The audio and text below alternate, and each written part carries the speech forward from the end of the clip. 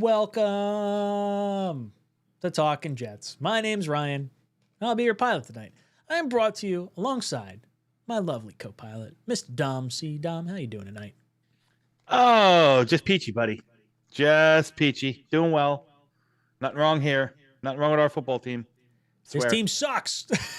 I hate it. I'm so I swear. over this. Week in and week out. This the same intro like every week of just, oh man, we suck. Like literally every one of my post-game streams is just turned into like we're an embarrassment. Yeah. I hear you, man. It is what it is. Ooh, that's a nice move. Oh, sorry. You watching the game? Yeah, I just turned the game on, yeah.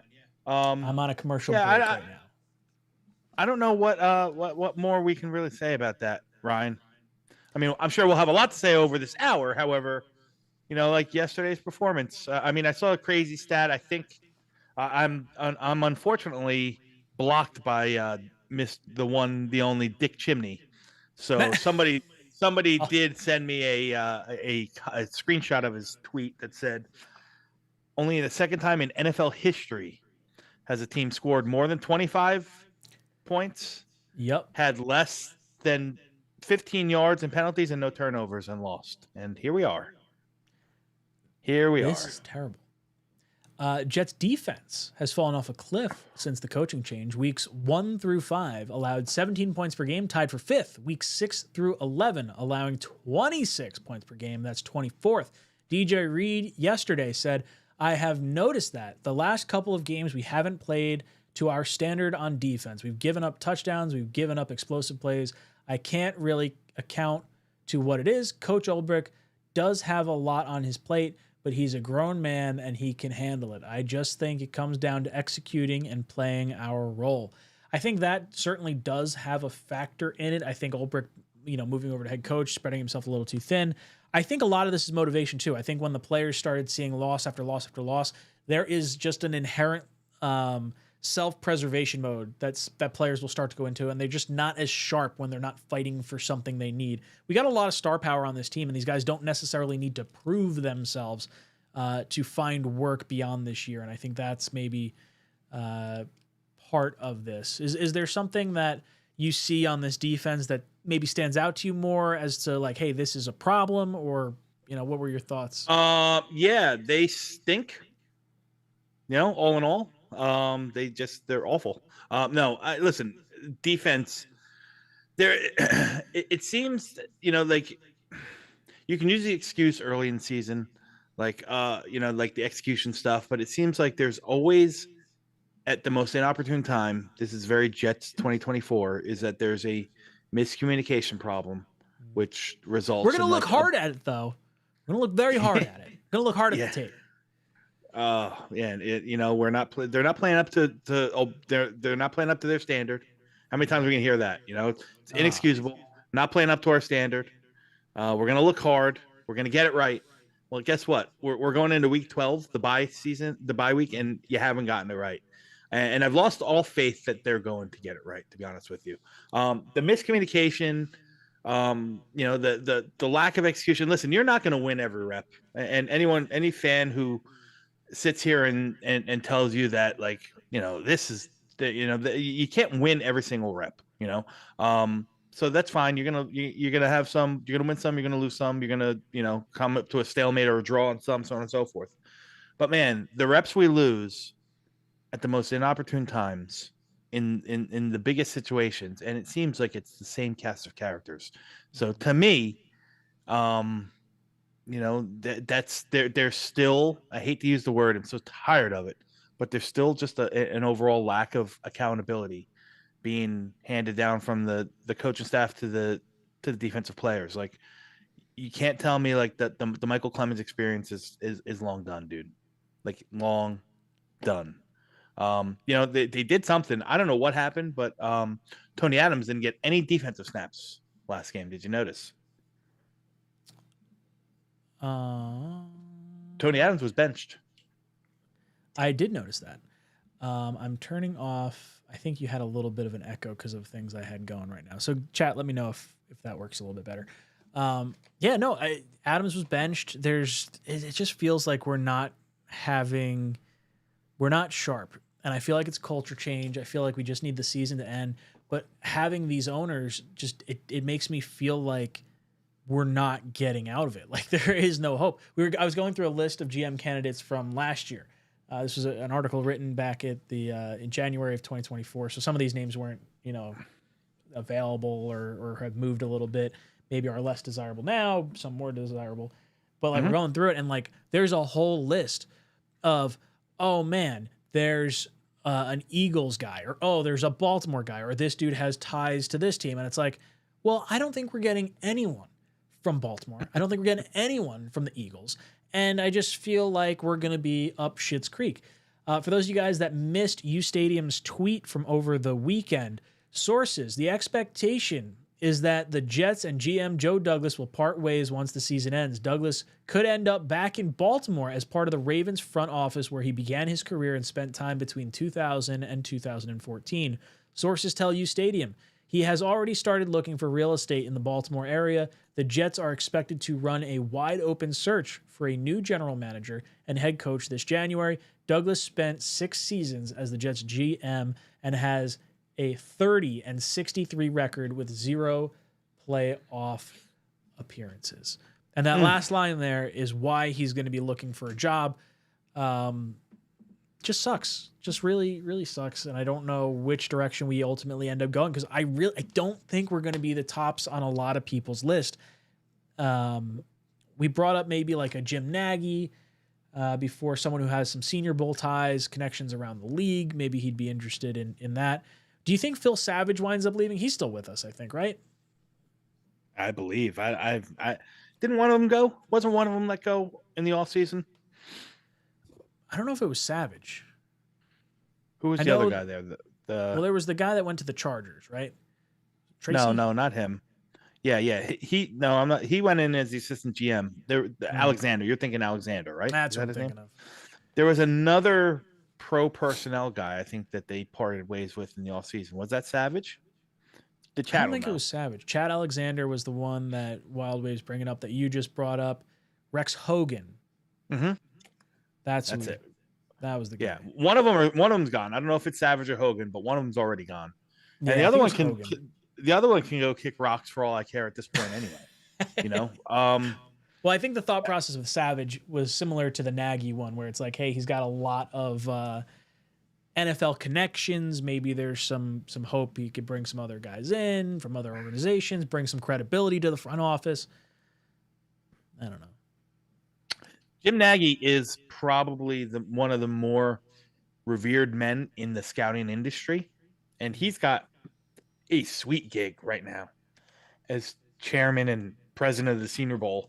Could you get him out of there? I don't know, man. He lives down south. He's got his home down in Alabama. Does he got ties and all that stuff? Absolutely. And could he then parlay that, all that, all the connections and all the availability of the Senior Bowl to, use it proactively for the Jets or any team that he's a GM for? Absolutely. But I don't, that'd be wonderful, but I don't see that happening. I don't know, man. I mean, listen, I'm thinking, to be honest with you, Ryan, and I think the GM is the more important hire than the coach even. But we're going to be looking first timer again. I think you're going to be looking first timer, probably both ways around between the GM and the head coach. Just a matter of getting it right. Yeah, I sort of get this sense that Woody's going to want to sell tickets and also like bring back a little bit of nostalgia. Like I really think we're headed towards a Rex Ryan situation. Maybe not as head coach. Like I could kind of stomach a Cliff Kingsbury and Rex Ryan marriage. Because I think Rex could be here for 2 years and then, leave. But so you think that Kingsbury would come in as the offensive coordinator? No, I think he'd come in as the head coach and Rex would be assistant head coach in DC. Oh, I don't know about that. I don't know. I didn't want to think about that. It actually makes my butthole pucker. I don't really want Rex as head coach. I definitely don't want him as the standalone head coach. I don't want. Listen, that ship has sailed, man. That ship has sailed, and I know but everyone we're talking is. Woody Johnson here. Like that's everyone is throwing. How many rungs you got to get down before you're like, Rex is kind of all right. Yeah. Like, where do you think Woody's got to go to get to that point? He's going to be like, back when I was 90 years old instead of 100 or whatever. It was we got to championship games. Everyone's throwing shit against the wall and hoping that something will stick. Like, you know, and to me, Rex Ryan is just another one of those names that, oh yeah, you know, well, he was here once. Why not throw him? Like, you know, I've heard the names such as, you know, Bill O'Brien. You know, God damn it, no. I know. That's what I'm saying. You know, what was the other one? Rex his would son be is his son is a coordinator. Is it Wade Phillips? Wade Phillips and his son's a coordinator where? I don't know. He's an offensive coordinator somewhere. No, I'm not thinking Kubiak. I'm thinking Wade Phillips. Let's see here. I got the old Google machine here. Roger F says Nick Mangold and Aaron Glenn might get a look if Curtis Martin is the head of football operations. Curtis Martin is not going to be the head of football operations. That felt kind of odd for me, but at the same time, like, if he's got connections and wants to be an NFL owner in some capacity, and Wes Phillips is the offensive coordinator for the Minnesota Vikings. 45 years old, has worked with the Cowboys, helped them win NFC East titles in 2007, 2009, and is now the and was the tight ends coach for the Rams, and then moved over with 𝐃𝐨𝐦 to Minnesota as the offense coordinator. So that's who you want? That would be the no. That's again. Name. That's people are flinging names like Wade Phillips to get his son Wes Phillips in here. You know, and like people are just throwing these names out there hoping to stick, and I don't see any of them. I don't see. You know, obviously Belichick's not going to be an option. He hates the Jets, and that's not something that's going to happen. I don't see what's his face, the guy from Tennessee. Why am I drawing a blank? Vrabel. I don't see Vrabel coming here. I don't think he wants to deal with Woody. I think that's going to be the big crux for that one. No, you're going to have to get one of these new, especially if they bring it back with Aaron Rodgers. I think for sure at that point you're getting a new guy, because a new guy is going to say, listen, this is my shot. You know, I'll deal with him for a year or two or whatever it is, and then we'll figure it out. It's going to get ugly before it gets pretty. It's going to get uglier before it gets pretty. Yeah, and that's kind of where I get like kind of scared. Like I feel like we need a culture change. I don't know if a first year guy, whether that be GM, head coach, is going to be able to like infuse a type of culture. But I guess Dan Campbell did, Robert Saleh to some degree eventually, like, you know, after the Gase era did. So maybe I'm just being like a little salty right now and things will change. But I feel like Woody overstepped more in the last year or two with a real football guy in Joe Douglas, and I think that will deter some of the better candidates from coming here. Yeah, absolutely. I agree with you in that sense, is that this is a very small, tight-knit boys club, you know, like NFL front office stuff. Don't think that they didn't see what happened, you know, with Woody cutting the legs out of Joe Douglas. Don't see they didn't think with Woody stepping in and you know, firing Robert Saleh again. And I'm not going to sit here and revisionist history and say, oh, such a bad mistake to fire him. You know, like in hindsight, you should have just let him ride it out.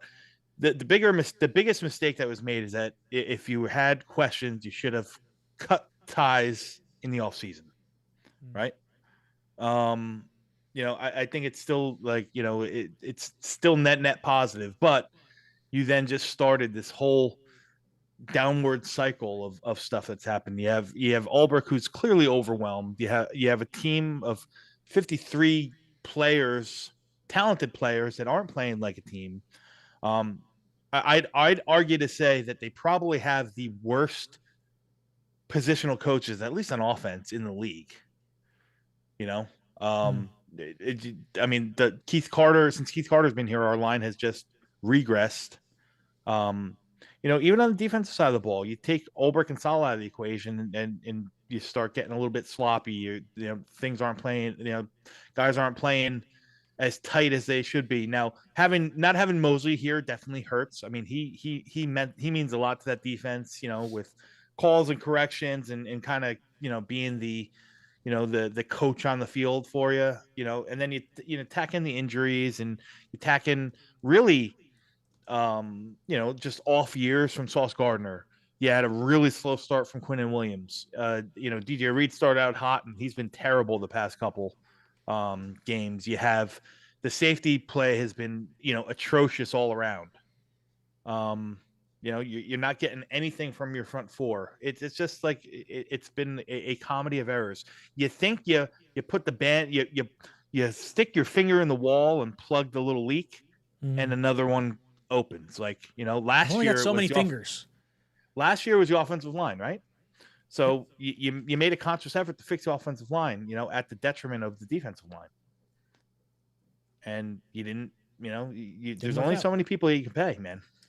Yeah, they were hoping that Olbrich and Salah could make some lemonade out of a few young lemons, not quite ripe lemons, and try to turn it into something special. While you were talking, I went over to ChatGPT and I said, who should the New York Jets hire for their next GM? Mm-hmm. So here's what we got. Mike Borgonzi, currently assistant GM. Yeah.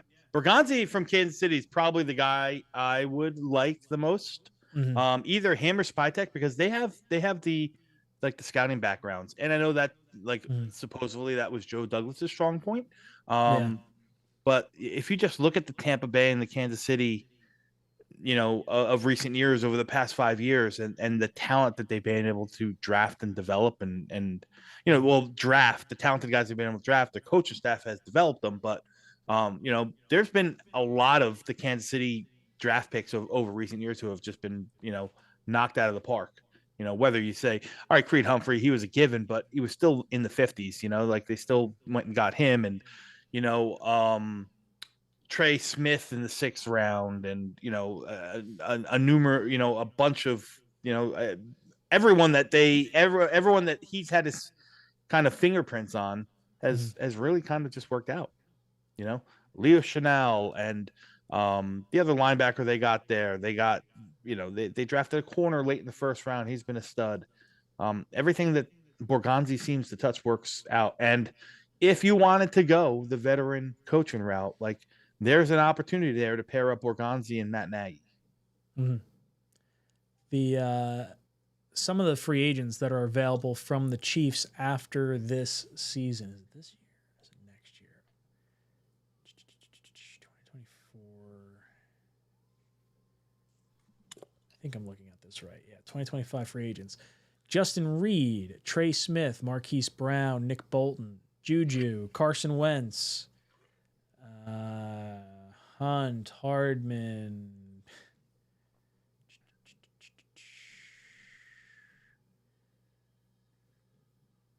Matt Ariaza, the punter, restricted rights free agent. Yeah, look, I don't know. Borgonzi was the first option on ChatGPT. Next one down was Malik Boyd, director of player personnel for the Bills. He's still accurate? Is he still the? And there's Brown. I don't know. Brown. I'm not familiar with him. I'd be lying if I was. Yeah, Ian Cunningham was another one, but I think he came from the Eagles or Ravens, if I'm not mistaken. I feel like we just crossed him off our list as he's probably not coming here. Glenn Cook, Adam Peters. Adam Peters just got a job. He just took the Washington job. I was gonna say he's with the Commanders. So ChatGPT is not fully up to date. It's usually a year behind, I think, is how that works. Damn. The hell are we gonna do? I don't know, man. But whoever the GM is has to come over and kind of have a synergy or kind of shared vision with the head coach here, because that's the only way it's gonna work, man. Greatest chess player Bobby Fischer lost his chess tournament to a computer program in 1977. How the Jets make a computer the first head coach, the first computer head coach. Could go a lot worse, I guess, right? I guess Maybe. So. Ugh. What else you guys talking about here? Phil says Arch Manning would be amazing dream, but they wouldn't let him come here. Yeah, no shot are they going to let him come here. Unless you bring in, in a ridiculous offensive mind, that's on board with the Manning family. Yeah, that's where you'd kind of have to keep an eye on is like, is there someone that the Manning family has liked in the past who had said is leading where football is going? Adam Gase Adam Gase, 2.0. baby. Let's do it again. One more time. Why not? Victor says Lane Kiffin also has head coach experience in the NFL. Not that it was great, but he was a young guy. He's not been talked about, maybe for a reason, but the man knows offense. Is he still with USC? Ole Miss. Ole Miss. Been the head coach at Ole Miss for a while. Yeah, Right. he has a tendency to just get up and kind of screw people over. I don't know if he would do that in the pros, but I could easily. He's one of those guys that will always be a big power. Always be one of the names bantered about in those big power college football schools. So I could see him coming to the NFL, and if it not working, him just like bailing, like Bobby Petrino did back in the day for the Falcons. Remember that? He just got up and quit. Just took the Arkansas job the next day. Big JT says Vrabel is definitely the heir to the throne in Cleveland. We're going to get stuck with Rodgers and Big Mike reunion to try and rekindle their glory days together. God damn it. If we go after McCarthy, I'm going to be pretty pissed. I don't want to see him in New York. I wouldn't have minded him like the last go around of it. Wasn't high on my list. But after seeing how he's done in Dallas, I would not do that. Michael H. says Ewers, Shador, Ward are seen as the three best quarterbacks in this class. So I in my very, very minimal, I started looking at highlight tapes, not actual tape down, highlight tapes. Milroe's exciting. I like Milroe. Yeah, right Milroe. Listen, Milroe is, and I was talking with somebody today. I don't know if it was Jeremy or Green Bean, and they're just chatting about the quarterbacks and picking my brain, and we were going back and forth. And Milroe, I just finished like a really, really in-depth report on Milroe, which I'll be posting soon. Follow me on Twitter if you want to see some of my scouting reports. And although I don't have him as high, he was my favorite coming into the season. And now that I'm through this year's film, when I tie that in and after grading everything out, I don't have him as high of a grade as I do Shador or Cam Ward for that matter. But it's not he's not terribly off. He is the best pro comp I can give you, Ryan, for Milroe. He's Jordan Love. Okay. Hear me out. Yeah, done. Hear me out. People are going to say, "Oh, he runs. He's such a more dual threat than Jordan Run." Yeah, Jordan Love. Yes. What I mean when I comp him to Jordan Love is like the progression of their skill sets in their games. Like the knock on Jordan Love. Jordan Love always had a great arm, right? He could throw the ball. He had a howitzer in college when he played in Nevada, but he was extremely raw. He was a one read, a half the field kind of player before he just took off and was an athlete. Jalen Milroe last year under Saban in a pro style offense, it's the same exact thing. He struggled. There's two things that Jalen Milroe really needed to do. Jalen Milroe needed to completely overhaul his mechanics from last year to this year, and he did that.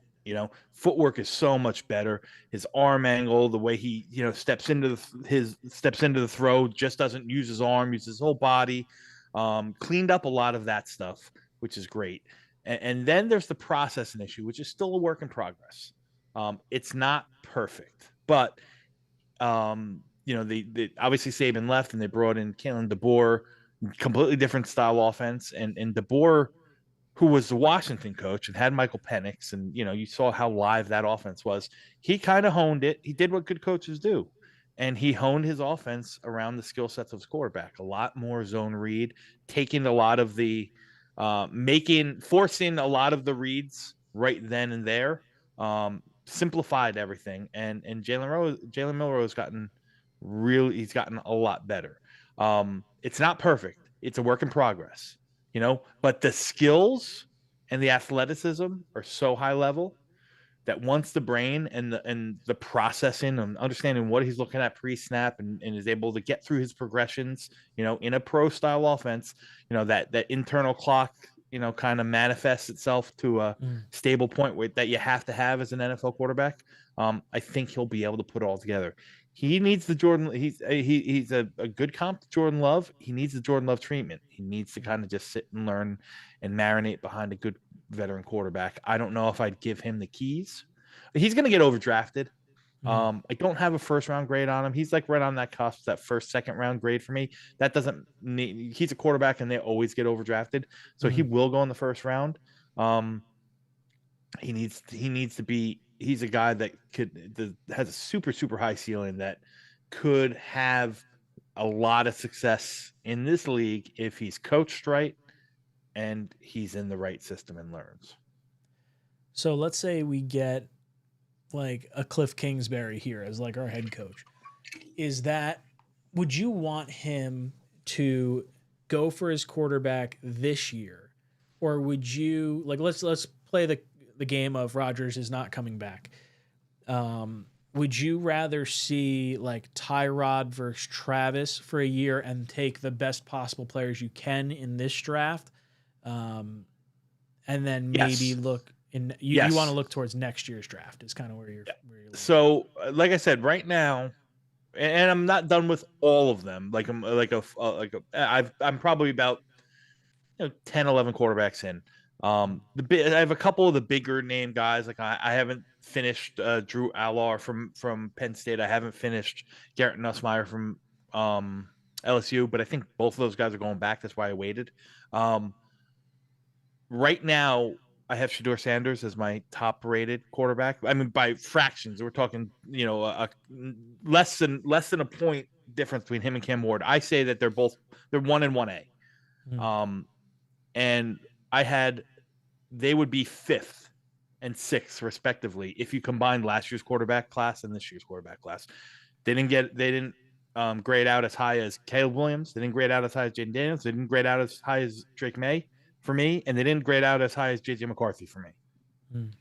So that being said, I'm not going to try to force something here when the rest of the foundation kind of isn't built. I'd rather just build everything around them, build in the trenches, get your, this is an opportunity. If Aaron, play the game that Aaron's not back, you're going to have a lot of dead cap. It's going to be a season of just growth and development for the youth.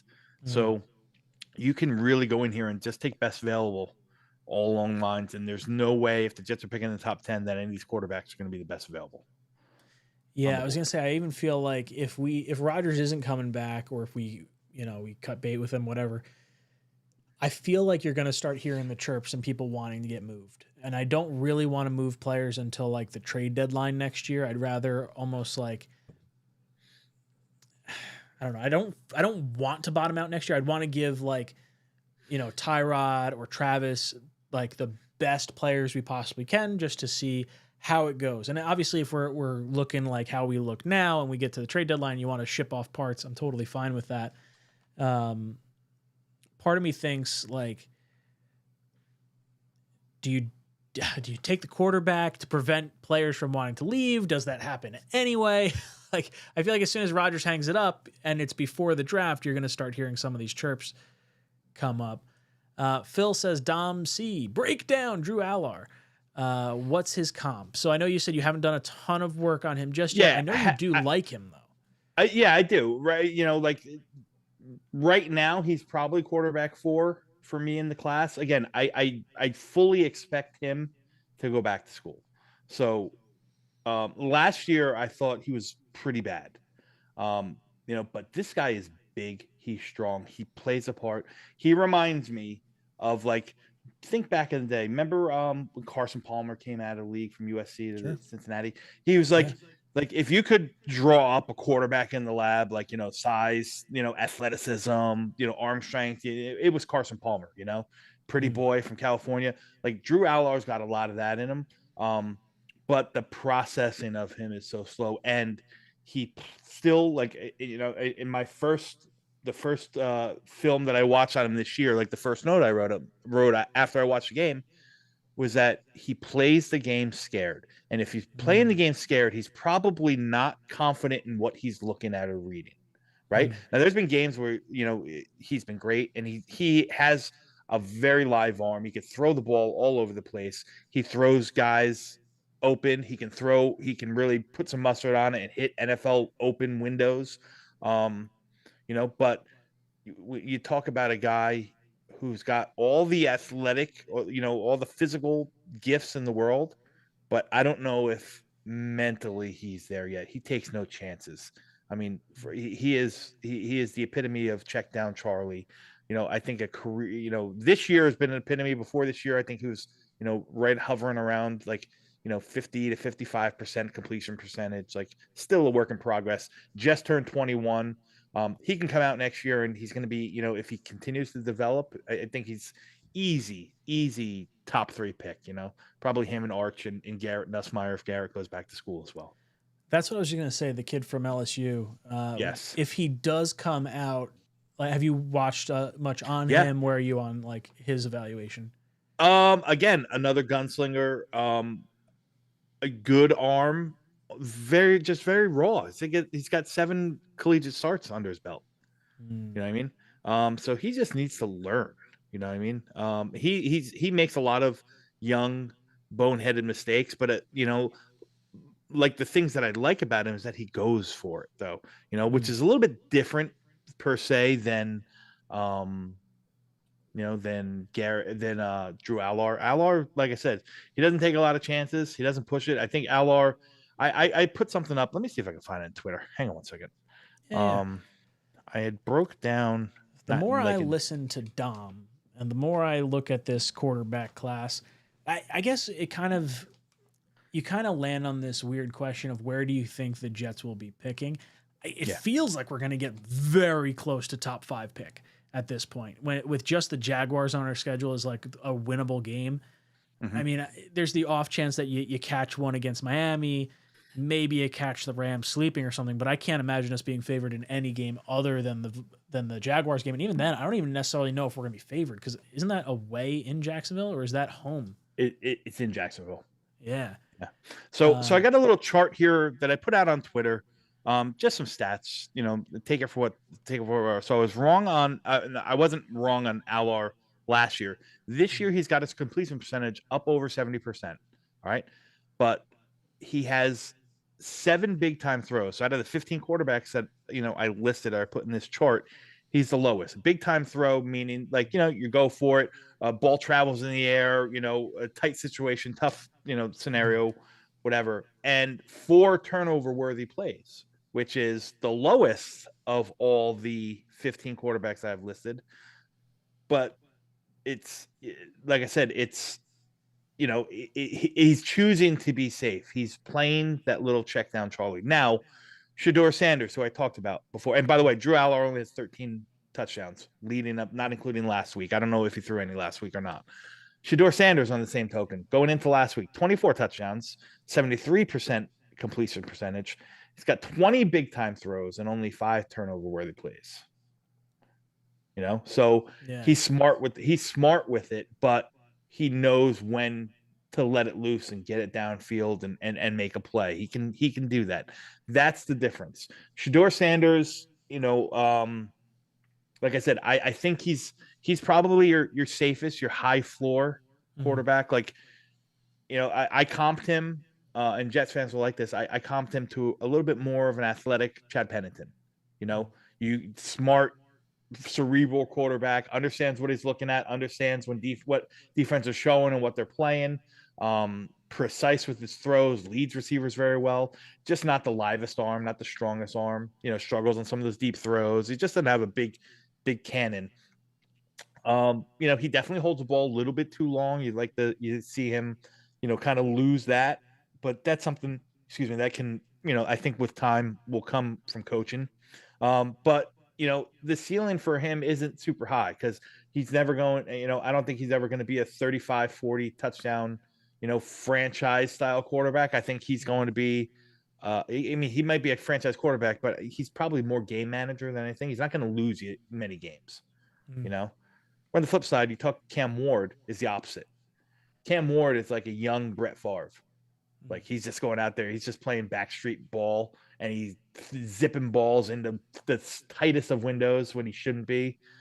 He leads the nation right now, actually second in the nation in turnover worthy plays. Not all of them are not all of them get turned over, but in the NFL, a lot of those will. So let's maybe shift away from quarterback. Let's say we don't move the direction of a quarterback. Per Tankathon, the top guys on the board that are not quarterbacks, you got Travis Hunter, cornerback, wide receiver from Colorado, Mason Graham, D lineman from Michigan, Will Johnson, cornerback from Michigan, Will Campbell, tackle / interior offensive lineman, LSU, Abdul Carter, edge from Penn State, Tatara McMillan. How do you pronounce that name? Tataroa McMillan. Wide receiver, Arizona. 6'5", 210. Yes. Green Bean had mentioned that going wide receiver may not be the worst decision. I think a lot of that hinges on if Devontae comes back. Not that I think it would be a bad decision, because I do think Devontae's only got one more year with us. I think Garrett very much could only have one more year with us, but it feels like a logjam at the position if we were to do that and Adams is on the team. If Adams is especially with Tet McMillan, like he's a unique prospect. I mean, the guy's gifted. I mean, he is the biggest catch radius I've ever seen. Like think of Drake London with more yards after the catch ability, with a little bit better separation. Ideally, you know, he's a souped up. He's Alan Lazard on steroids. Like he's a big slot. That's where he's going to play the next level. So if the Aaron Rodgers experience leaves us and all his cronies leave aside, then you could find you can make a play for a Tetaroa McMillan. But with the guys currently on the roster, I just don't see the fit. Especially since you have a guy like Malachi Corley who you want to, who's really just slot only. Hopefully you're going to be able to get him on the field and get him to play there. I don't know if Tet McMillan can I shouldn't say that. I think he can be your boundary guy. I think he can be your X. But I think he's really going to excel in that big slot position, kind of like what the Raiders are doing with Brock Bowers now, where you just kind of, the catch radius is so good and his hands are so good.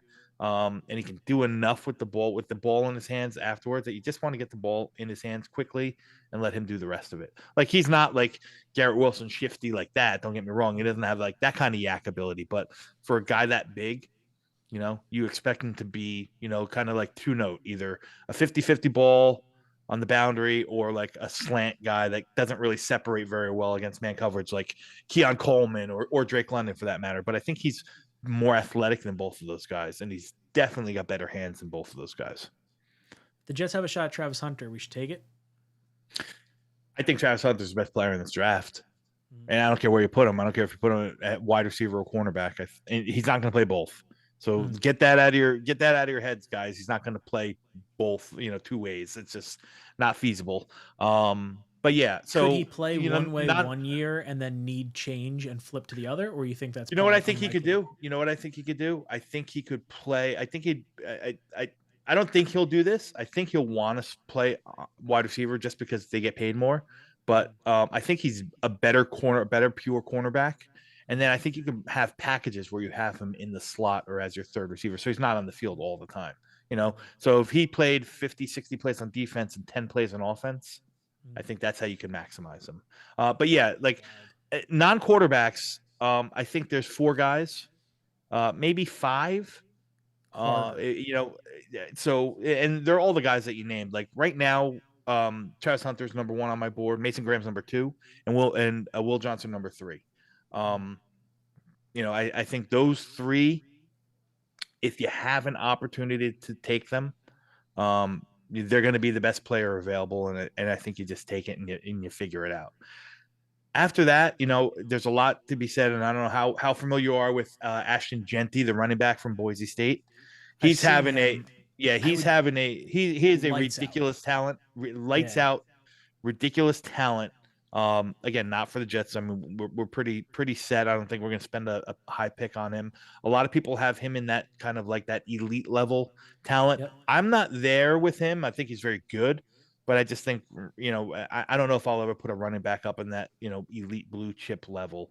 So for me, it's really Travis Hunter, Mason Graham, and Will Johnson that probably hit that that close to that blue chip level.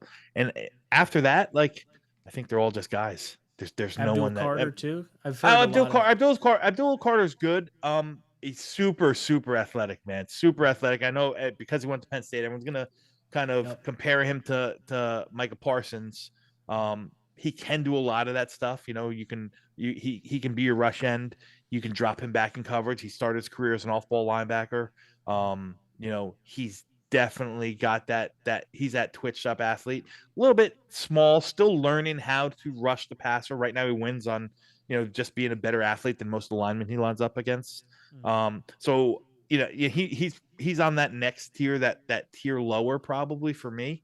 But really, like, and I don't even think, like, I'll say blue chip, but I don't even think those three guys are real, like, blue chips. Travis Hunter, maybe. The other two guys are very, very good. I think if you don't get your hands on one of those guys, you got to do whatever you can to trade down. And that's someone who, like myself, who studies the draft and hates that idea. But this draft class is not top heavy. Is Not there a top heavy at player all. in this draft that you kind of look at and say like, oh, if you could slide down 10 slots, you'd feel real good about? Or like... yeah, there's a couple of them. There's two. I think the class is very deep at the edge rusher. I think it's extremely deep at tight end, probably the best tight end class top to bottom that I've ever studied. And the running back class as well is very good. Now, I'm going to rule out running back because we're not going to spend high capital on the running back. I'm not going to, Joe Douglas took one every year, and I understand why, because, in their one contract, rinse and repeat in his eyes. Who knows who's going to be making those calls, but I doubt that they probably add more high-end talent into the running back room with Breece Hall and Braylon Allen and Izzy Benikenda and Isaiah Davis fighting it out for a running back 3 next year, I'm assuming. So I doubt that's an avenue. But the edge class, there's two guys that I like, and they're really different.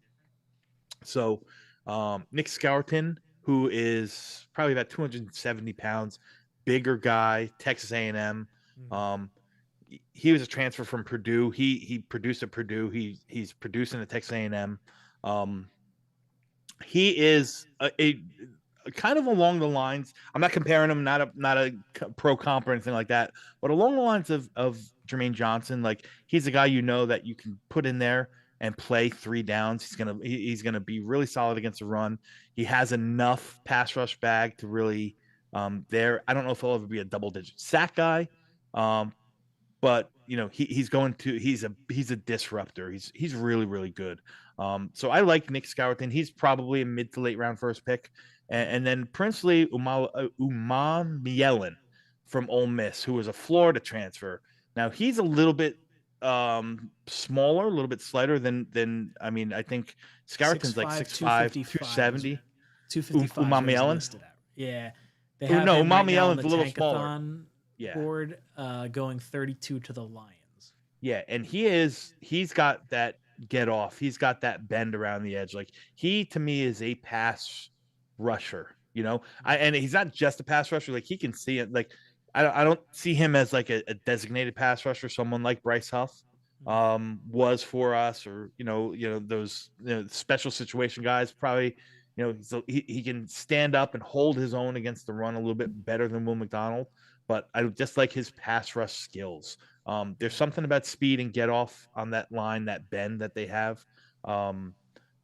That's the stuff that really stands out to me in edge rushers. And like I said, he's now produced for 2 consecutive years at 2 consecutive schools at a high level. And again, those aren't guys that are going to be at the top of anyone's edge board.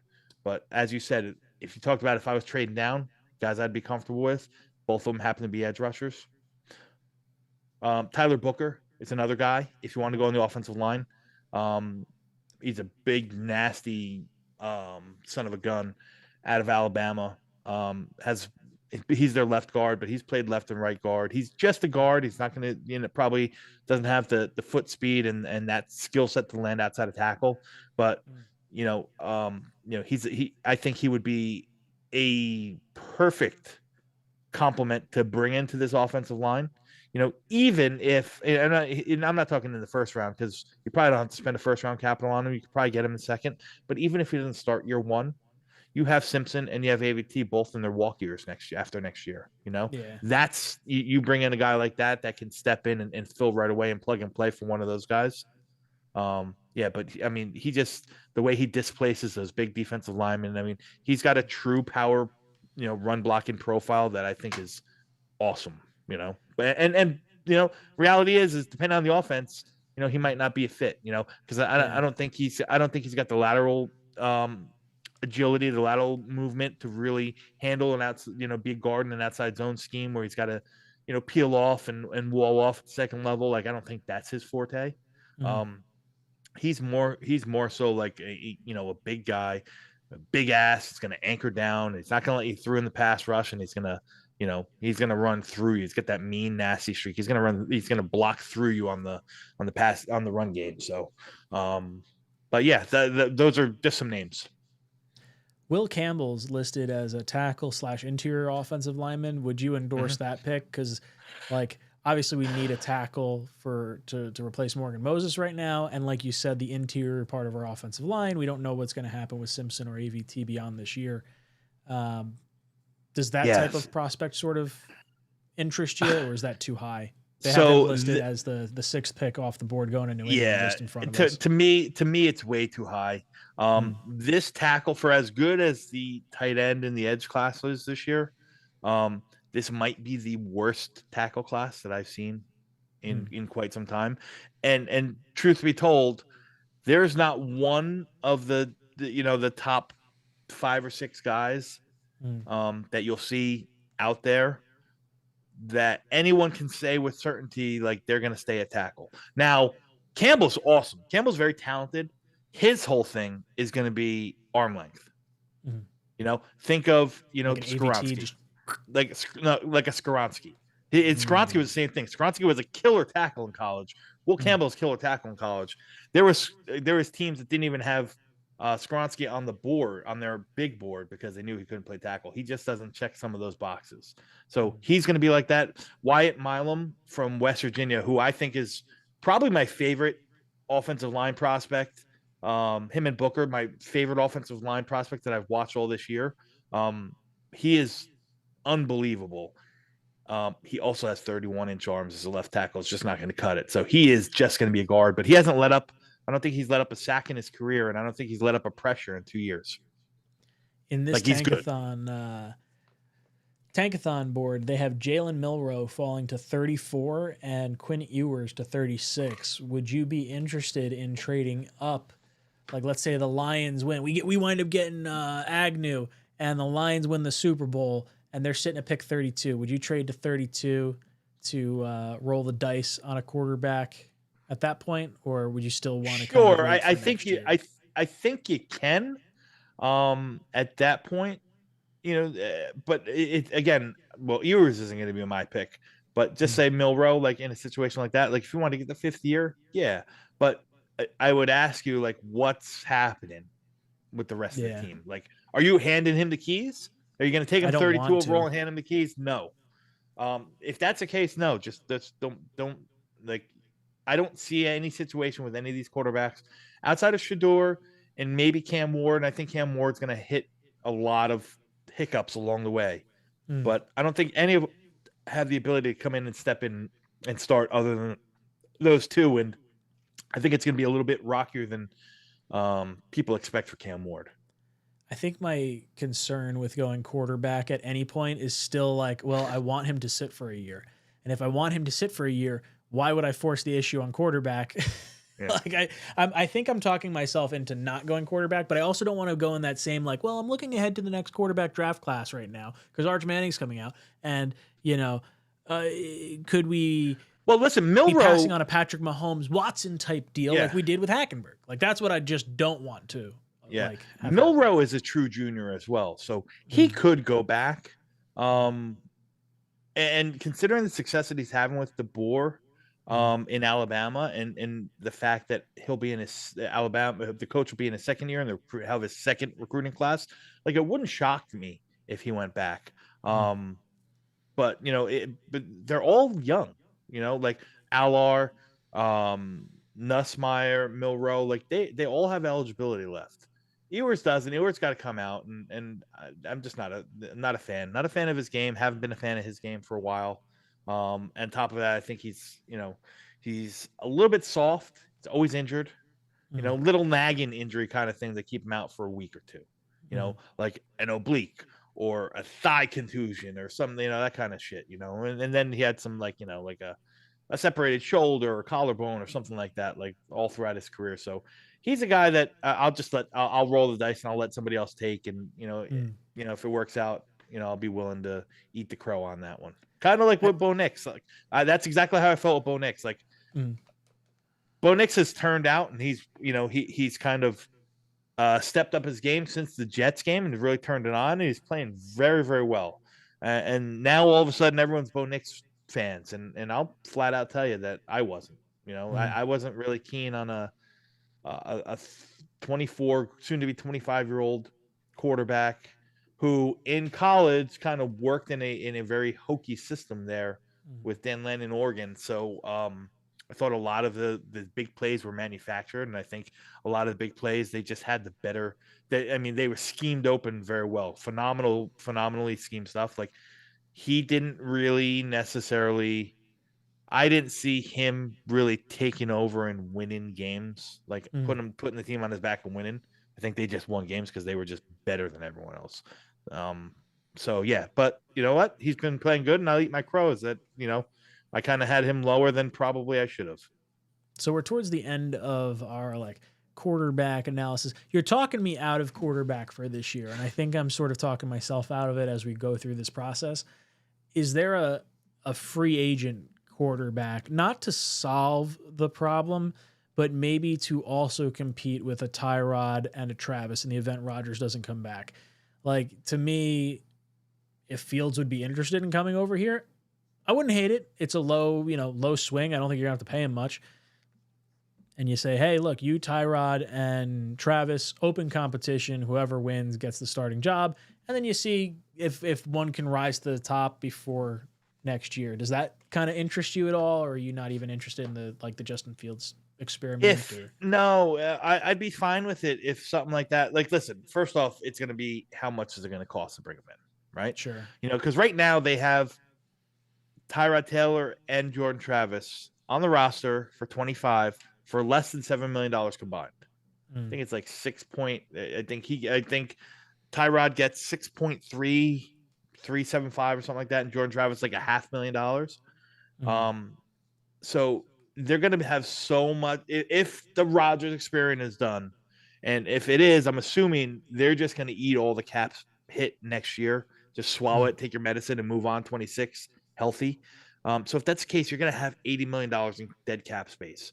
That means you're going to have a lot less money to build your roster. I just can't see them bringing in a $5, $6, $10 million quarterback to compete with those two when they already have two on your team that are going to be just fine enough to get you through your 4-win, 5-win season.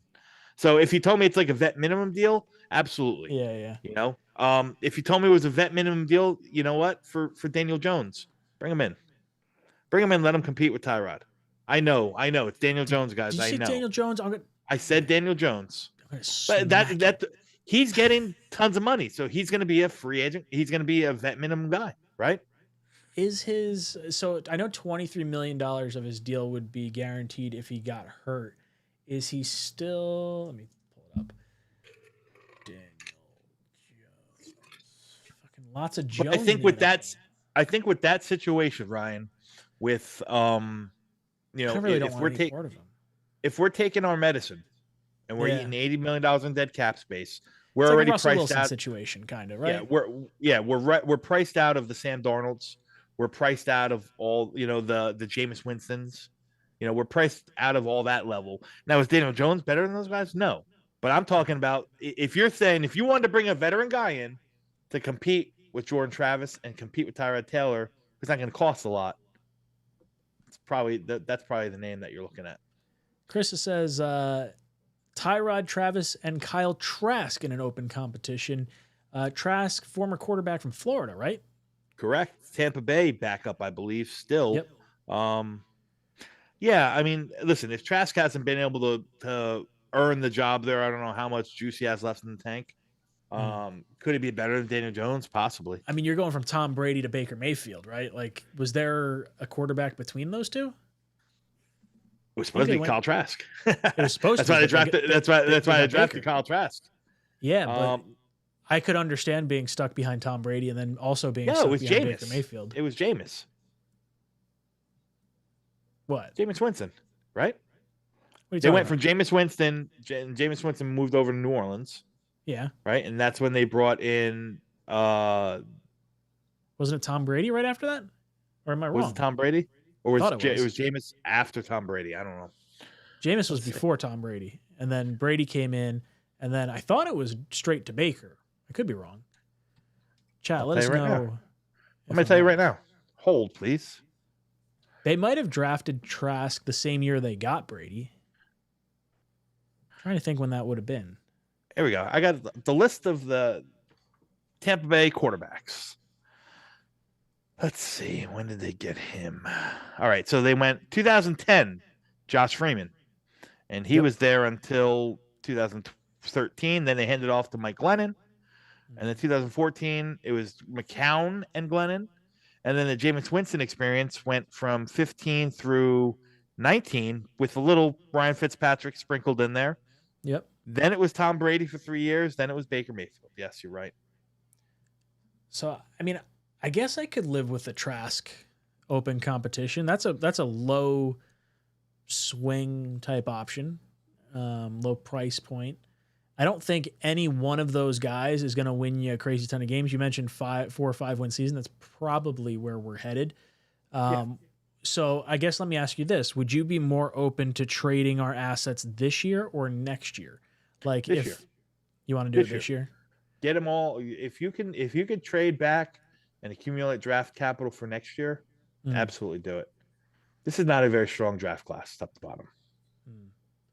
But you would, I'm saying like if you needed to trade this offseason, like a Sauce Gardner or a Garrett Wilson or a Breece Hall, and you're getting draft picks for this year, or would you try to get an elevated pick for 2026? 2026, yeah.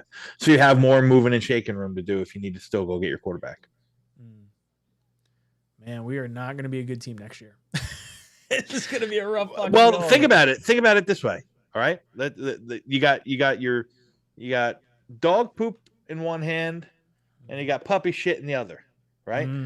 The dog poop is Aaron Rodgers comes back age 42. The same cast of characters. Who knows who the coach is? And just hanging on to the hope that that Ulbrich was right, and they're not playing their level, their style of football, and they're going to figure it out. In 2025, or you just pull the Band-Aid off and get rid of everything and everyone, and you're gonna have so much dead cap space. They're gonna have a lot of young guys that are gonna play a lot of bad football, and the ceiling is gonna be so low. But there's hope there, right? There's hope that after 25, it's all gone. You can build as you want. So you're right. Was that like? I don't think that 2025 is going to be a fun football season, whichever way you look at it. That's sad to say. I thought we'd get one winning season at some point in here, but man, this stinks. Dom, we've reached the end of our hour. Let the people out there know what you got going on. Guys. Like I said, I've been putting some scouting reports out that I write for a publication. I've been putting them out on Twitter sporadically. I got a tweet pinned at the top of my account. It's at DC_NY Jets. New one will be put out tomorrow. And like I said, I'm going to put one or two out, every week or so until April. The idea is to try to get like my top 50 out in full scouting report form for you guys to share and read and do what you want with. I also have a channel. It's called Project Prospect with 𝐶. Weekly video content. It's go time. There's a lot of good stuff. Positional breakdowns of this draft class and mock drafts, all that, all that draft related conversation, not just Jet related, but more so NFL draft related content is out on that channel. Boys and girls, That's it. 𝐷𝐸𝐶's channel is linked down below in the description. Please head over there, give him a sub and follow, because he is going to be the premier person that our Jets community is going to look towards for players for this team. And you can find him on his channel and his other home right here on Talkin' Jets. Dom, always a pleasure hanging out with you. Boys and girls, hit that like button on the way out. We'll be back here next week, 9 o'clock to 10 o'clock, talking Jets draft.